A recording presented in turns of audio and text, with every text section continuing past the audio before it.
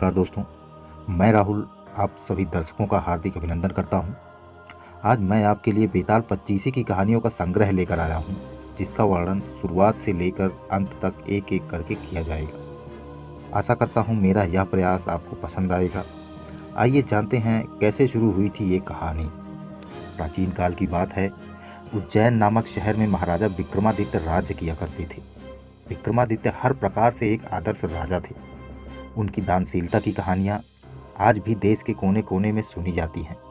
राजा प्रतिदिन अपने दरबार में आकर प्रजा के दुखों को सुनते और उसका निवारण किया करते थे। एक दिन राजा के दरबार में एक भिक्षु आया और एक फल देकर चला गया। तब से वह भिक्षु हर रोज राज दरबार में पहुंचने लगा। वह राजा को एक फल देता और राजा उस फल को अपने कोषाध्यक्ष को सौंप देते। इस तरह यह सिलसिला 10 वर्षों तक चलता रहा। हमेशा की तरह एक दिन जब वह भिक्षु राजा को फल देकर चला गया, तो राजा ने उस फल को कोषाध्यक्ष को ना देकर एक पालतू बंदर के बच्चे को दे दिया, जो कि महल के किसी सुरक्षा कर्मी का था और उससे छूटकर महाराज के पास चला आया था। उस फल को खाने के लिए जब बंदर के बच्चे ने उसे बीच से तोड़ा, तो उसके अंदर से एक बहुत ही उत्तम कोटि का बहुमूल्य रत्न निकला। यह देखकर राजा ने वह रत्न ले लिया और कोषाध्यक्ष को बुलाकर उससे पूछा कि मैं रोज रोज भिक्षु द्वारा लाया गया हुआ फल जो तुम्हें देता हूँ, वह फल कहाँ है। राजा ने आज्ञा दी तो कोषाध्यक्ष रत्न भंडार में गया और कुछ देर बाद वापस आकर बोला कि हे प्रभु, वह फल तो सड़ गल गए हैं, वह मुझे वहां नहीं दिखाई दिए। हाँ, चमकती झिलमिलाती रत्नों की एक राशि वहां अवश्य मौजूद है। यह सुनकर राजा कोषाध्यक्ष पर प्रसन्न हुए और उसकी निष्ठा की प्रशंसा करते हुए सारे रत्न उसे सौंप दिए।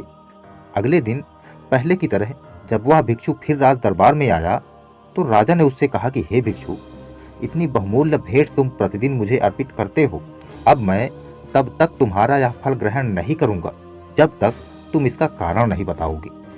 राजा के कहने पर भिक्षु उसे अलग स्थान पर ले गया और उनसे बोला कि हे राजन, मुझे एक मंत्र की साधना करनी है जिसमें किसी वीर पुरुष की सहायता अपेक्षित है। हे वीर श्रेष्ठ, उस कार्य में मैं आपकी सहायता की याचना करता हूं। यह सुनकर राजा ने उसकी सहायता करने का वचन दे दिया। तब संतुष्ट होकर भिक्षु ने राजा से कहा कि हे देव, तब मैं आगामी अमावस्या को यहाँ के महाशमशान में बरगद के पेड़ के नीचे आपकी प्रतीक्षा करूंगा। आप कृपया वहीं मेरे पास आना। ठीक है, मैं ऐसा ही करूंगा। ऐसा कहकर राजा ने उसे आश्वस्त किया। तब वह भिक्षु संतुष्ट होकर अपने घर चला गया। जब अमावस्या आई तो राजा को भिक्षु को दिए हुए अपने वचन का स्मरण हो गया और वह नीले कपड़े पहनकर, माथे पर चंदन लगाकर तथा हाथ में तलवार लेकर गुप्त रूप से राजधानी से निकल पड़ा। राजा उस शमशान में पहुंचा जहां भयानक गहरा और घुप अंधेरा छाया हुआ था। वहां जलने वाली चिताओं की लपटें बहुत भयानक दिखाई दे रही थी। असंख्य नरकंकाल, खोपड़ियां तथा हड्डियां इधर उधर बिखरी पड़ी थी। समूचा शमशान भूत पिशाचों से भरा पड़ा था और सियारों की डरावनी आवाजें शमशान की भयानकता को और भी ज्यादा बढ़ा रही थी। निर्भय होकर राजा ने वहां उस भिक्षु को ढूंढा। भिक्षु एक बट वृक्ष के नीचे मंडल बना रहा था। राजा ने उसके निकट जाकर कहा कि हे भिक्षु, मैं आ गया हूं, बताओ मुझे अब क्या करना होगा। राजा को वहां उपस्थित देख भिक्षु बड़ा प्रसन्न हुआ। उसने कहा कि राजन, आपने मुझ पर इतनी कृपा की है तो एक कृपा और कीजिए। आप यहाँ से दक्षिण की ओर जाइए। यहाँ से बहुत दूर शमशान के उस छोर पर आपको एक सिसम्पा अर्थात शीशम का एक विशाल वृक्ष मिलेगा। उस पर एक मरे हुए मनुष्य का शरीर लटक रहा है। आप उस शव को यहाँ ले आइए और मेरा कार्य पूरा करवाइए। राजा विक्रमादित्य भिक्षु की बात मानकर वहां से दक्षिण की ओर चल पड़े। चलती हुई चिताओं के प्रकाश के सहारे वह उस अंधकार में बढ़ते गए और बड़ी कठिनाइयों से उस वृक्ष की खोज कर पाए। वह वृक्ष चिताओं के धुओं के कारण काला पड़ गया था। उससे जलते हुए मांस की गंध आ रही थी। उसकी एक शाखा पर एक शव इस प्रकार लटका हुआ था जैसे किसी प्रेत के कंधे पर लटक रहा हो। राजा ने उस वृक्ष पर चढ़कर अपनी तलवार से डोरी काट डाली और शव को जमीन पर गिरा दिया। नीचे गिरकर वह शव बड़ी जोर से चीख उठा, जैसे उसे बहुत पीड़ा उठी हो। राजा ने समझा कि वह मनुष्य जीवित है। राजा को उस पर दया आई। अचानक उस शव ने जोर से अट्टहास किया, मतलब हंसा। तब राजा समझ गए कि उस पर बेताल चढ़ा हुआ है। राजा उसके हंसने का कारण जानने की कोशिश कर रहा था कि अचानक शव में हरकत हुई और वह हवा में उड़ता हुआ पुनः उसी शाखा पर जा लटका।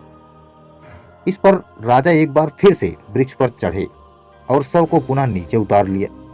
फिर राजा ने उस शव को अपने कंधे पर डाला और खामोशी से भिक्षु की ओर चल पड़े।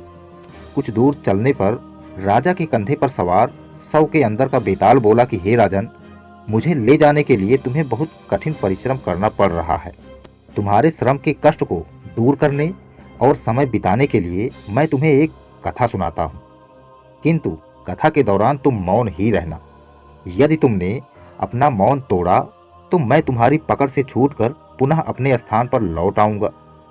राजा द्वारा सहमति जताने पर बेताल ने उसे एक रोचक कथा सुनाई, जो कथा थी पद्मावती की कथा। इस कथा को जानने के लिए हमारा नेक्स्ट वीडियो देखना ना भूलें। इसी के साथ मैं राहुल, नमस्कार।